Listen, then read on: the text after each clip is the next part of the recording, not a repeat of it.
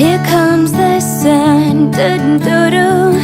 Here comes the sun. I say it's alright. Little darling, it's been a long, cold, lonely winter. Little darling, it feels like years since it's been here. Here comes the sun, do-do-do-do. Here comes the sun, and I say it's alright. When you first told me or asked me to be involved in this video, and you said to come up with like 1 or 2 stories I have about Victoria, my first thought was like, oh crap, I have probably a million stories I could talk about, because like you said, I've known Victoria for 16, maybe 17 years. That's almost as long as I've known my parents. So that's like, it's a long time. Victoria's basically my sister. So I was like thinking about it, and I remember Victoria in first grade, you know, she was pretty nerdy. She had the glasses and braces, and then seeing her today, you know, she's very successful and beautiful, smart, and it's crazy that I've seen her grow up like over the years. So when I think about my past, pretty much every memory that I have, like Victoria is a part of, you know, from doing gymnastics at recess and her dropping me on my head, which maybe explains a lot, and from playing like basketball with the boys, which we would do for hours, to our like Buffy the Vampire all night sleepover events, and, you know, walking down the streets at Bradley Beach singing Diana Ross. Is that Diana Ross? Yeah. And playing with like our Beanie dolls up in the upstairs room at your guys' beach house. Like all of those stories. I was like, which one can I talk about? Oh, and then Ireland, our family vacation at Ireland, and like our drunken nights and you making me potatoes in the morning. And I don't know if you guys know this, but me and Victoria like getting in fights over boys we like didn't even know, and like like it was just so funny. And then most recently when we were in Roxbury, we just spent like the whole time in the sauna and in the hot tubs. So there's just so many things I could talk about, which I sort of just did. I snuck them in there. But I think for one memory to sort of like sum it up, I probably would have to say the first time that we met, which everybody knows that story, but it's a classic. And if this story, like, if it didn't happen, then we wouldn't have been friends this long. So that's the story I'm going to tell. And I have supplies for my story. Okay. Okay, so should I look at the camera? Wherever you want. Okay. Actually, look at me. Okay. So it was the first day of first grade at the Waldorf school. And I just remember being in the car on the way thinking, like, I don't want to be a loser. I'm, like, terrified I won't have any friends. So, you know, instead of leaving things to chance, I was like, I'm just going to walk in there. I'm going to choose somebody, and that's going to be my best friend. So I walked in, I looked around, and I saw Victoria. And she was probably wearing something like this. Very stylish. Got the fanny pack there. And I instantly knew that this was the one, my first victim, my target for the rest of my life. And I walked over and I said, hi, I'm Emily. What's your name? Do you want to be my best friend? And Victoria looked at me like I was a little insane, you know, because people usually don't do that. But fortunately for me, she said yes. And we've been best friends ever since. So I remember when Victoria was little and she was really smart and inquisitive, and I was talking to her on the phone. And she said, I have a question. And I said, what? She said, if God made everything, I mean everything, if he made the trees and he made animals and he made the air, then who made God? And like I stopped in my tracks because I really didn't know how to answer that question. So I said, I don't know, go ask your mother. Freshman year of college, I came into the city with my friend, and I needed a place to stay. And I called Tori early in the night, and I asked to stay over, and she's like, yeah, sure. So then I'm out late, and I call her at 5 in the morning, and her roommate wakes up. Her roommate picks up the phone, says, yeah, you can come over, and we come over at 5, Tori's in bed, I crawl into bed and wake her up and hug her, and then I leave at 8 in the morning. And there were no complaints from her. There were no, not mad at me, not pissed that I didn't stay the whole morning to get breakfast with her or anything. Just very nice. And I guess this is more like a thank you than anything, but that was a very memorable thing for me. I don't know if that was so memorable for you, Tori, but. Well, the story that I have is not glamorous on my part. It was about a year ago, so New Year's, like 2013, and I had spent the New Year's in the city thinking that I could go out when I had mono, and that mono was a great thing to go out with on New Year's Eve, and that I could be glamorous. And I woke up and I was just miserable, and I was alone in Hewitt, which is the worst place to be alone in. It's gray, it's dark, it was like raining on New Year's Day. And I texted Tori and just to say hi and a Happy New Year's, and immediately she sensed that like something was wrong, that I was lying in my bed alone, and I think she got on a train that afternoon just to come in and have dinner with me and sit with me and talk with me and like make sure I was taking medicine and like blowing my nose every so often. And we were pretty good friends at that point. I wouldn't say like it was long into our friendship enough that it was expected that she would get on a train and come and sit with me, but it was just so kind and so generous and just such a testament to who she is and how much she cares about her friends. And I felt better. I think I still had a fever, but I felt like I had company, she was taking care of me, it was wonderful. And it was the first of many similar incidents. I would choose the one from our freshman year of college, so that was a few years back now, hard to believe. But it was the spring of our freshman year, and I was kind of going through a rough time at school with classes. I didn't really know what I wanted to do with my life, my major, all of that good stuff. And then I was also having some issues with my roommate. And Tori came down from New York to DC, and we had an absolutely awesome weekend together. And it was so great having her, a piece of high school, there with me through that tough time. And we went to one of my favorite places in DC. It's called Eastern Market. I'm sure you remember this, Tori. It's like an outdoor market with all these great organic foods and farm stands, and we went to the monuments, and there's this great picture of us with our feet up along the Washington Monument that I love. So that was really one of my favorite moments. Yeah. Well, my favorite Tori story, and I have a lot of Tori stories, but I guess was the first time I met her, or so we like to say, but we'd really met before then. So the summer in between our sophomore and junior year, we both did a summer school program at Brown University, and we were in different programs, but we both went to this information session about, I think, like international relations or something. Anyways, we both sat in the back row, and we both went on our own, just like two girls, and so we sat next to each other and introduced ourselves. And I remember her saying her name was Tori, and we talked a little bit about schools that we were interested in for college, and she mentioned Barnard College. Talked for 15 minutes, listened to the information session, left. That was it. Fast forward a few years, and I'm getting on the train to go up to Accepted Students Weekend with my dad, and hadn't really been to New York a lot. I'm from Texas, and there's this girl on the subway, and we both get off at the Columbia exit, and she approaches me on the subway platform and is like, "Do I know you?" And I'm like, who's this girl? In my head I was like, are we Facebook friends? But we weren't. And then she tells me that her name is Tori, and then it just clicked with me. And I remembered meeting her back at Brown those years ago because I have a sister named Tori, and I remembered that she was interested in Barnard. And so it's just one of those moments of fate where we happened to be on the same subway car, and she had, the courage to reintroduce herself to me. She remembered my face or something. And anyways, we spent the entire Accepted Students Weekend together after that. We decided to be freshman year roommates, and the rest is history. My fondest memory, probably one that sticks out the most, is from the very first, or one of the first times we hung out. We were both sophomores in high school, and we hung out. It began, we started sitting on the steps of the Covenant Church on the corner of Parkway and Parkside. But after that, we talked for a little bit.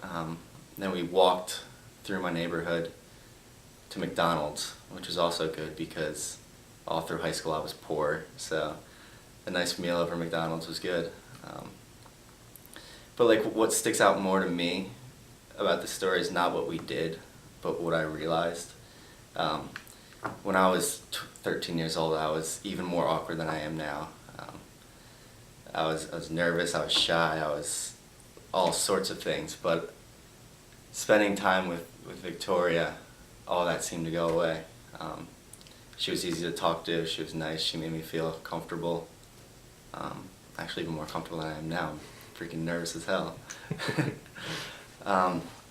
But I realized all these things about her, and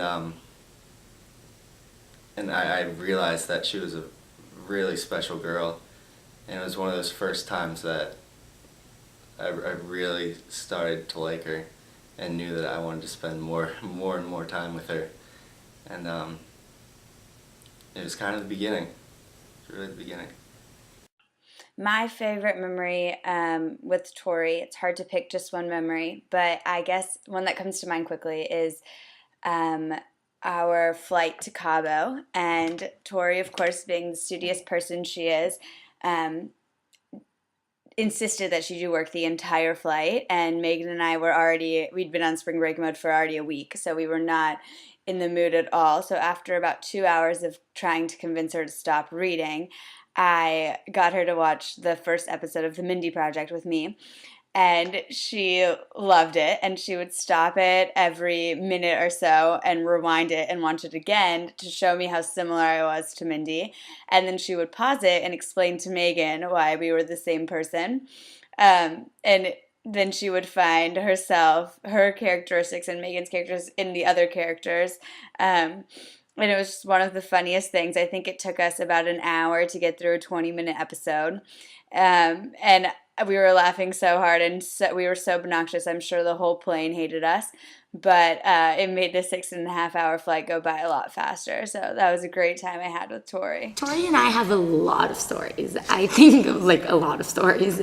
The first day I met Tori was actually in the Hewitt dining hall, and Tori and Avery were sitting down, and we started talking, and we discovered that we both had the same room in Brooks, but in different floors. Then they went to my room to see how I had organized it, and they loved the way that the furniture was displayed. So we went up to her room and tried to move the furniture around to rearrange it, so it was less crowded. We failed miserably. Her furniture was completely different from my furniture, and nothing worked, and they were insisting on making sure that it would work, but it didn't. So that's how I first met Tori. And then we just became friends from there. Then we joined Theta together.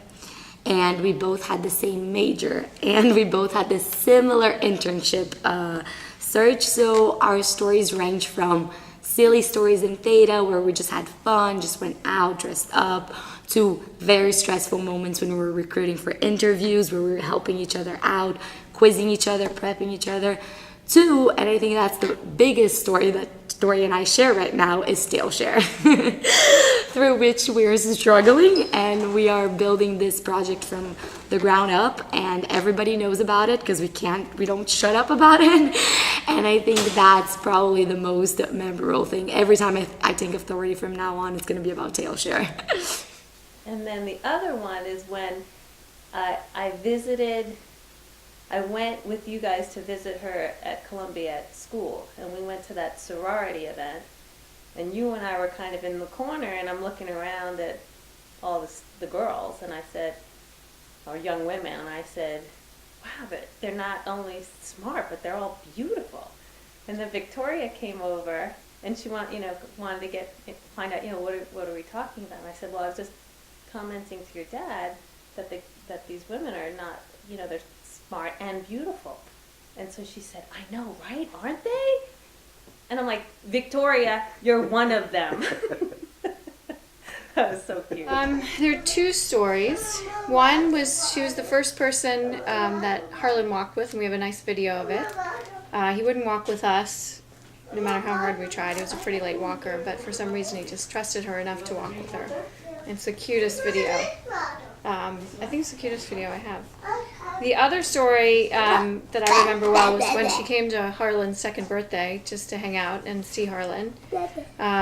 She knew all of the moms and had made friends with all of the moms of Harlan's friends from school. So she brings Harlan to school, and she had just managed to create these great relationships with these 30-something-year-old women. She's 21, college student. Most of the time you would think that wouldn't work out very well, and they all loved her and just thought she was fantastic, and she was like their best friend. Or maybe they live vicariously through her, but it was really great to see. So my favorite memory with Tori is after freshman year, we planned to have me visit her in New Jersey. So that was really fun. I came out for about 4 days and I got to meet all of her friends, and it was great because I got to see a part of her life that was out of college, which is what I knew her as already. I was thinking about how I became friends with Tori, because she was kind of forced to meet me because Alicia forced her to pull me into housing. So she didn't really have a choice about whether or not she wanted to live with me. And I've been making this really concerted effort to try and make her my friend. And I was like failing miserably. I was just like trying to make all the jokes and like really get in all these like comments, and she was just like, okay, leave now, you know. And it was like mid-October, and I think everybody who lived on our hall was away for the weekend, and there was nothing going on campus. We're in the middle of exams, so she was literally stuck with me for like 72 straight hours, and I was like, yes, this is my chance. And I like did not leave her side. We had 9 straight meals together, and she has not gotten rid of me since. So my sophomore year, I like blocked with Tori in Hewitt. She was an RA in Souls Reed, and I lived just around the corner. And I had a really horrible year. There were so many things going on. Personally, physically, I was dealing with a lot of injuries. I was on a team at the time, and my brother, who I'm really close to, was dating and soon to be engaged to this girl who I really was not happy about him being close with. And so I spent a weekend it was like a Saturday night in the library, and which is hard, like one of the more pathetic things you can do in college. I was working on a paper for international politics. I remember it was about the Cuban Missile Crisis, and I was walking back and my brother called me, and I was actually in this hallway up on the 7th floor, and he called to say that he'd just gotten engaged to Channing, and he wanted me to know first, and he was being as nice as he could about it, even though he knew how I felt. And I was like, punch in the stomach, like, that's great. So excited for you.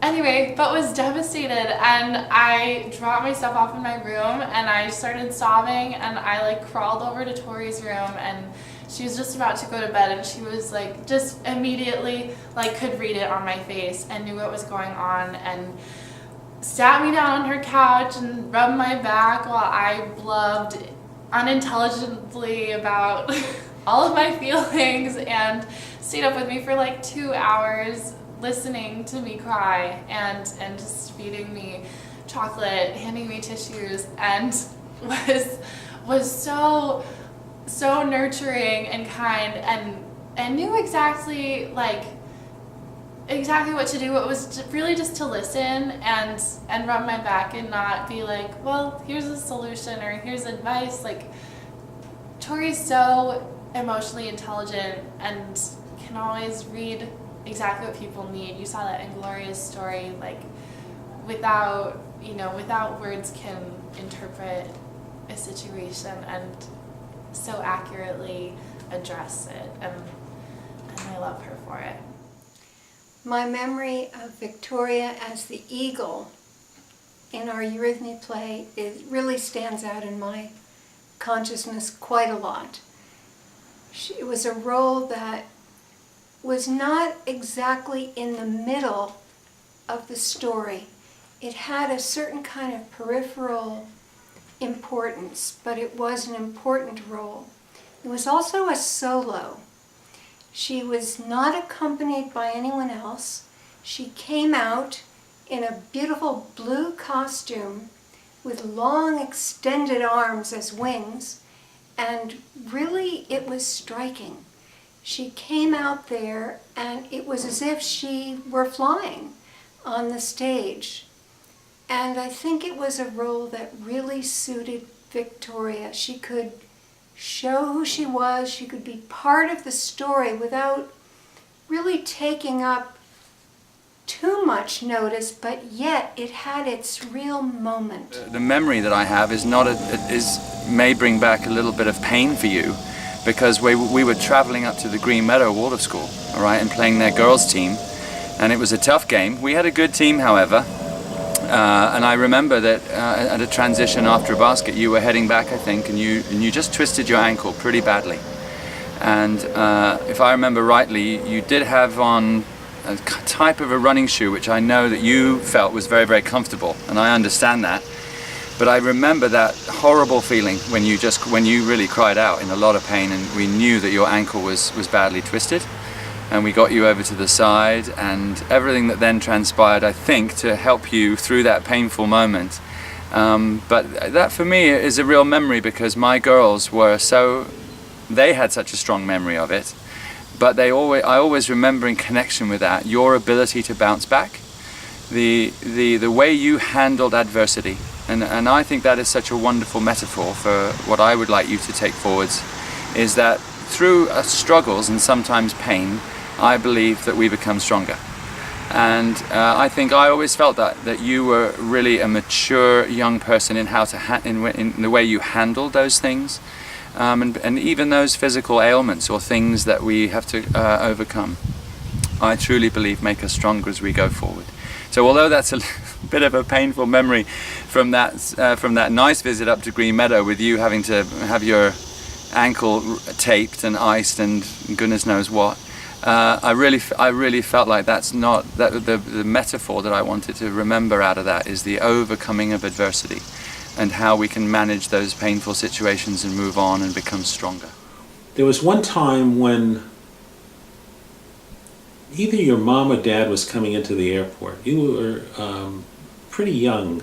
I don't even think you were a teenager then. Your mom or dad was coming in, and either your mom or dad couldn't pick her up, so they asked me to take you, drive to the airport to pick up your mom or your dad. So you mean your grandparents, her grandparents? No, it was either. Oh. Yeah, you did pick me up one time with you. Okay. So I'm in the car with her, and all of a sudden I realize that we are having a really good, easy-flowing conversation.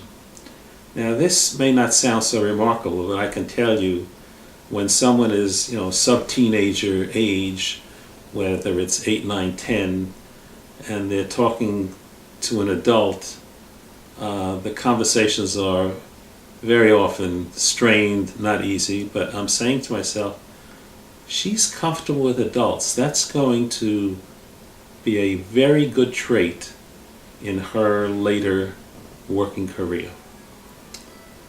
And then, as Naomi was saying, when there'd be some sort of get-together with your mom and dad, you and us, you had friends in, and it would have been very easy for you to say hi, goodbye. Oh, yes. But that was not you. You would stay with us for an appropriate time. It might have been just an hour, sometimes longer.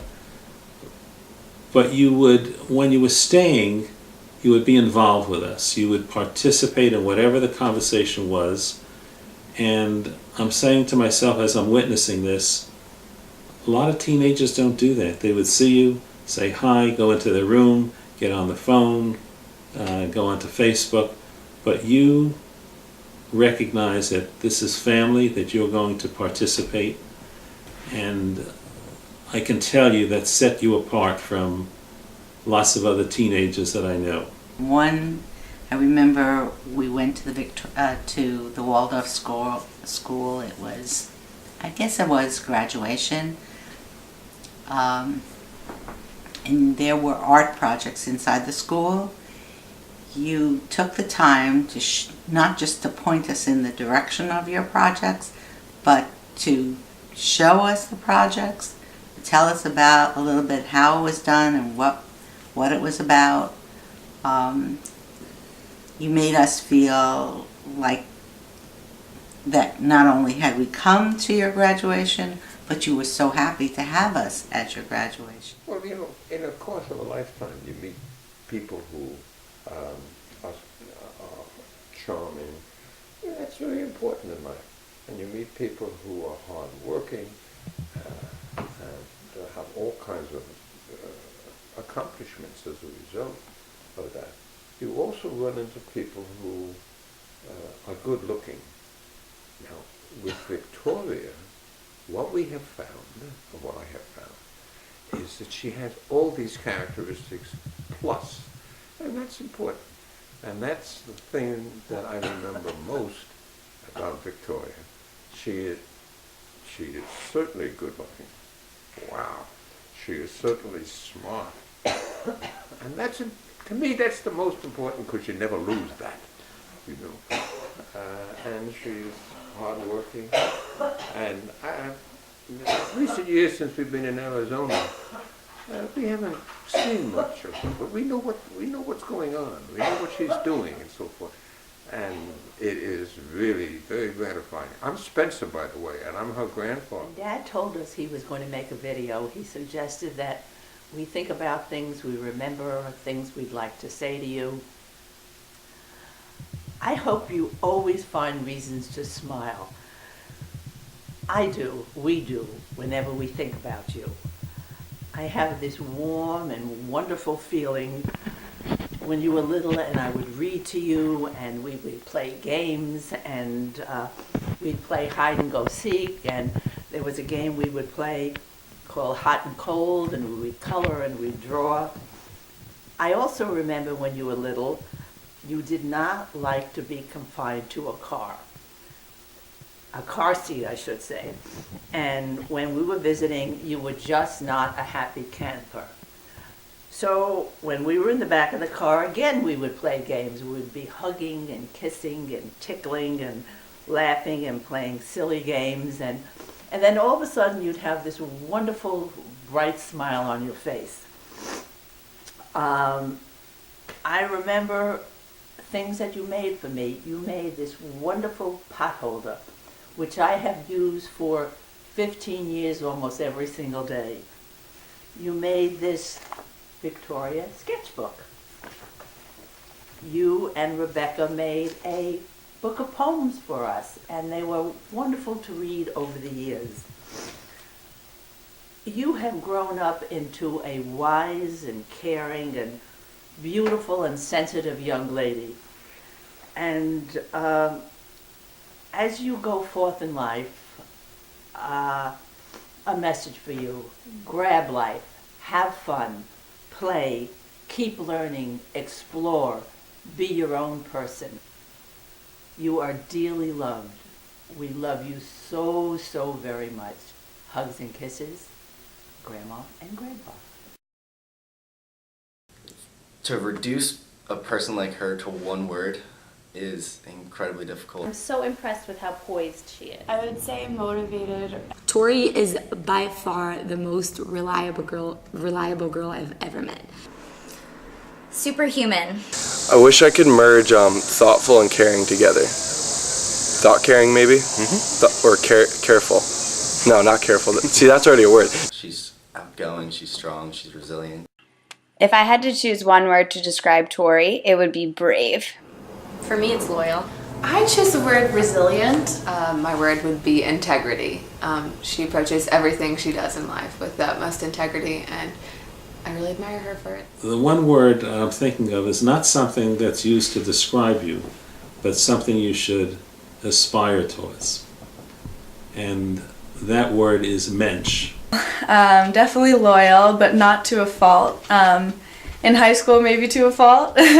She's definitely the most loyal person I've ever known, but she's become very smart about it, and loyalty is a prized possession from Victoria, because once she trusts you and will commit that loyalty to you, you can count on her for anything and everything, any day of the week, any time of the day. She's going to be there. I think she talks about it a lot, so I think that's part of it, about how important loyalty is to her, and you know, if she sees another side of someone when it's not loyal, it's over from there. But I also think she's probably the most loyal person I know. She's always there, no matter what, whether it's something inconsequential like an exam or you know, calling her and having her drop everything in a moment's notice. She'll do it without any questions asked. Caring, kind, gentle, easy to talk to, as I mentioned. But I guess for me, it's easiest to characterize all those things into a broad term, which doesn't really do justice. But I'd have to say, it sounds cheesy, but incredible. You would define Mensch as someone who's got integrity, someone who you can always count on to do the right thing, someone who, when you need help, is always there for you. The two words that strike me as encapsulating the essence of who Victoria is from my memory, and granted I don't know her at the present day, are tenacious and compassionate, and that's a really unusual combination, because there are people who are tenacious and often their tenacity stands in the way of developing compassion, and there are people who are compassionate and their compassion can stand in the way of developing tenacity. They're afraid that they're doing well would stand in the way of somebody else doing well. And Victoria is not afraid to shine, and she's not afraid to help. And it's curious in that way that she chose that, in her graduation speech from the Waldorf School, she chose that greatest fear is that we are great beyond measure, which I have to say I don't actually agree with. I think our greatest fear is that we will not be loved. That's really our greatest fear. It's not that we're not great. But I think that for her to choose that was quite telling, because the willingness to be great has to do with the tenacity. And the willingness to acknowledge fear is part of the ability to have compassion. And so maybe that moment can be the moment of recollection of something that really sort of captures what I think of when I think of Victoria, because of that particular choice. And I have to say that that speech from that graduation, that speech stands out in my mind, not because of the quote, but because of the way she concluded it by acknowledging that those different people allowed her to become Victoria Garcia Albert. And so that was for an 8th grader to be able to say that and have it carry.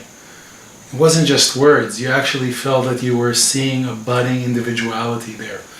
Because other 8th graders have said, you know, that's allowed me to be who I am, and you feel like that's just words for them. But when she said it, you actually thought, these are not just words. There's actually a person who's developing an identity and can appreciate how the different teachers and parents and friends were vehicles that allowed her to find who she is. And that's something that in my work today with teachers and faculties, I really try to bring as a suggestion that if you can look at the people you've met, the people you're working with, the people you've taught, you can glean something about who you are. What is it you came into this world to do? And she was able to really feel that as an 8th grader. It's pretty amazing. And here it is, 2014, and both of you guys are going to graduate from college, and it looks like it's going to be on the same day. And you know, and it's kind of an ending, but it's also a new beginning. So, what either personal message or congratulatory message do you want to offer? And this time, you do look at the camera. Well, to start, congratulations on your graduation. I can't believe that it's finally happened. I remember when college was like a far off dream that we used to talk about, and you know, we always said we would go to the same high school, the same college, but even though we didn't, we still remained friends throughout all of it, which is pretty rare. So I guess you don't really need me to, like, you know, give you any words of inspiration, because you pretty much are set, you know. You have a job set up, you're living in New York, you know, you've already been out in the real world, as people say, for, like, your whole life. So, good luck. I'll be there with you the whole time, annoying you as always. And, yeah, congratulations. You know, Tor, I don't think that anyone could contest that you are definitely going places. Kind of wish you were, and I wish you were staying here. But, you know, we always say that you're my husband and I'm your mom, and I really don't know what I'll do without you next year. So you better be expecting me a lot. That's funny. Well, I just think back to freshman year. So many times we would say, if we graduate, we would get so stressed about papers and exams and just life happening, and we didn't think we could ever do it all, but guess what? We graduated and I couldn't have done it without you, so we did it. Tori, you were the very first friend I made at Barnard. Welcome weekend. We always talk about that, and I love you so much, and I'm so thrilled that I will have you in my life forever. You literally walked in like an angel 4 years ago, and I'm just really happy that I can continue walking with you. I know the next few years are probably going to be full of long hours and long days, but me too. And we can emulate what we had last summer and enjoy and stay in touch and be there for each other, and I'm so excited for so many years to come. Well, I would say, Victoria, to still have fun, because you're the most fun person I know, and in high school you were the one who kind of showed me all these different fun things to do, and then if you ever need somebody to sleep on your couch, because I, you know, maybe don't have an apartment yet, you know where I am. But I'm looking forward to many more years of friendship, and best of luck to you. Whatever you do, you're gonna do phenomenally. I cannot wait to see where the next 7 years, the next 17, the next 27, whatever years take us. You've been there for so many big moments in my life, and I can't wait for the next big milestones. You know, we've got graduation now, and who knows what next. So I can't wait to see what you'll do with your life and where we'll end up. We're really going to miss Victoria a lot here at our house, and she's been an amazing member of our family for the last 4 years, and the boys really love her, even Harlan, who just went to bed. But I'm very excited for the next chapter of our life. She's just going to be amazing and really kick ass at Morgan Stanley and at whatever she decides to do, and I'm really excited to actually work with her in a different capacity. So good luck, but it's not the end.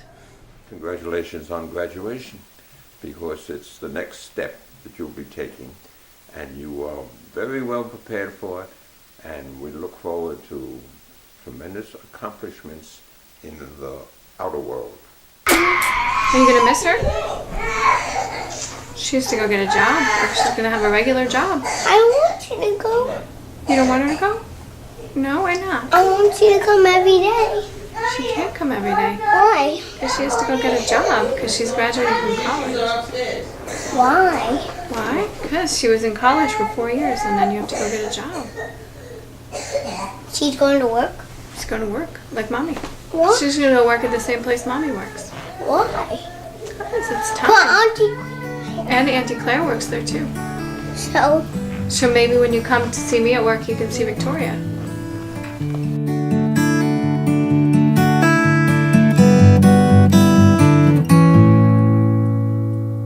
Here comes the sun, do-do-do-do. Here comes the sun. I say it's alright.